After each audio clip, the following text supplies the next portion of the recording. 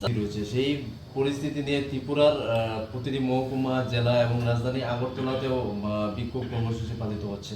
এবং আমরা গতকাল দেখলাম যে বাংলাদেশের হাই কমিশন যে অফিসটা রয়েছে সেটাতে হামলা হয়েছে এবং সেটা কিন্তু একটা বিশ্ব জুড়ে একটা হাইলাইটেড ইস্যু হয়েছে। বাংলাদেশের মিডিয়া সেটাকে প্রোপাগান্ডা চালাচ্ছে, যেহেতু ভারত বিদ্বেষী সেখানে অনেক কর্মকাণ্ড চলছে। কি বলবেন এই বিষয় নিয়ে? হ্যাঁ, অবশ্যই বাংলাদেশে সংখ্যালঘুদের উপর যে ধারাবাহিক নির্যাতন হচ্ছে, আক্রমণ হচ্ছে, ভারতে কেন পৃথিবীর কোনো প্রান্তে কোনো সুবুদ্ধি সম্পন্ন নাগরিক যে দেশেরই হন তিনি কেউ সমর্থন করছে না। এবং আমাদের দৃঢ় বিশ্বাস বাংলাদেশেরও সংখ্যাগরিষ্ঠ মানুষ বাংলাদেশে আজকে যে ঘটনাগুলো হচ্ছে এটা মর্মাহত।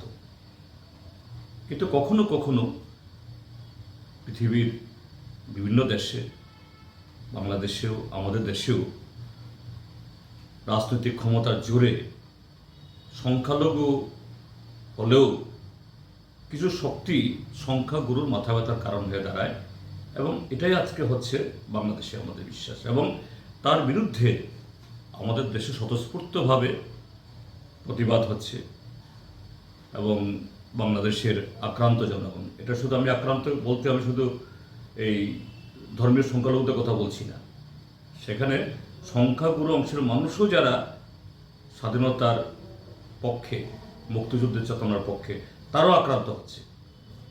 আমরা তাদের প্রতি সংহতি জানাচ্ছি। কিন্তু এর বিরুদ্ধে প্রতিবাদের নামে যা ঘটল গতকাল, এটা লজ্জায় আমাদের মাথা সারা বিশ্বের কাছে মাথা হেড করে দিয়েছে। এটা অত্যন্ত গর্হিত অপরাধ। আমরা তীব্র ভাষে নিন্দা জানাচ্ছি। ভারতবর্ষের সংখ্যাগরিষ্ঠ মানুষ এই জাতীয় যে দুর্বৃত্তপনার পক্ষে নেই। বাংলাদেশের ঘটনার বিরুদ্ধে আমরা অবশ্যই প্রতিবাদ করব, কিন্তু এটা আন্তর্জাতিক রীতি নীতিকে লঙ্ঘন করে নয় এবং একটা শিষ্টাচারকে উল্লঙ্ঘন করে এইভাবে অসভ্যতা নয়। এবং আমাদের দৃঢ় আশা বাংলাদেশের সংখ্যাগরিষ্ঠ মানুষ যারা শান্তি চান, প্রগতি চান, গণতন্ত্র চান এবং সমস্ত অংশের মানুষ শান্তিপূর্ণ বসবাস করুক এটা চান। বাংলাদেশের মুক্তিযুদ্ধে এককভাবে কি সংখ্যাগুরু বা সংখ্যালঘু এরা লড়াই করেছে সকলে মিলে। এই ঐক্য শক্তি আবার মাথা তুলে দাঁড়াবে এবং আমাদের দেশেরও সংখ্যাগরিষ্ঠ মানুষ আমরা শান্তি চাই। দু দেশের মধ্যে আমাদের সম্প্রীতির বন্ধন অটুট থাকবে। স্যার, ভারতের সংখ্যালঘুদের জন্য মায়া কান্না করে, কিন্তু বাংলাদেশের সংখ্যালঘুদের পাশে কেন তারা দাঁড়াচ্ছে না, তারা কেন প্রতিবাদ করছে না, এরকম বক্তব্য শাসক দলের নেতারা বলছেন। এবং একটা জিনিস দেখা যাচ্ছে যে যে সমস্ত বিক্ষোভ কর্মসূচি হচ্ছে সেখানে কিন্তু আমরা শাসক দলের নেতাদের দেখতে পাচ্ছি, কিন্তু আমরা রাস্তায় রাজপথে কিন্তু সিপিএম সহ অন্যান্য বিরোধী দলের নেতাদের দেখতে পাচ্ছি না। বিজেপি তো এদের বিক্ষোভ মানে ওরা মনে করে হলো ভাঙচুর করতে হবে, আগুন লাগাতে হবে, দুর্বৃত্তপনা করতে হবে। এই জাতীয় বিক্ষোভ সিপিএম কখনো করে না। আর ভারতীয় জনতা পার্টি যারা বাংলাদেশের আক্রান্ত জনগণের পক্ষে যারা আজকে এই চোখের জল ফেলছেন, তাদের তো নৈতিক অধিকার নেই। এই দেশে এই ভারতীয় জনতা পার্টির হাতে এখানকার সংখ্যালঘুরা প্রতিদিন আক্রান্ত হচ্ছে। তাদের সাংবিধানিক অধিকার লুট হচ্ছে এবং তাদের সরকার আসার পর কেন্দ্রে ভারতবর্ষের যে সুপ্রিম কোর্ট, সে 1947 যে সিদ্ধান্ত নিয়েছে, সে সিদ্ধান্ত অবধি সমস্ত লঙ্ঘন করা হচ্ছে। কি সিদ্ধান্ত হয়েছিল?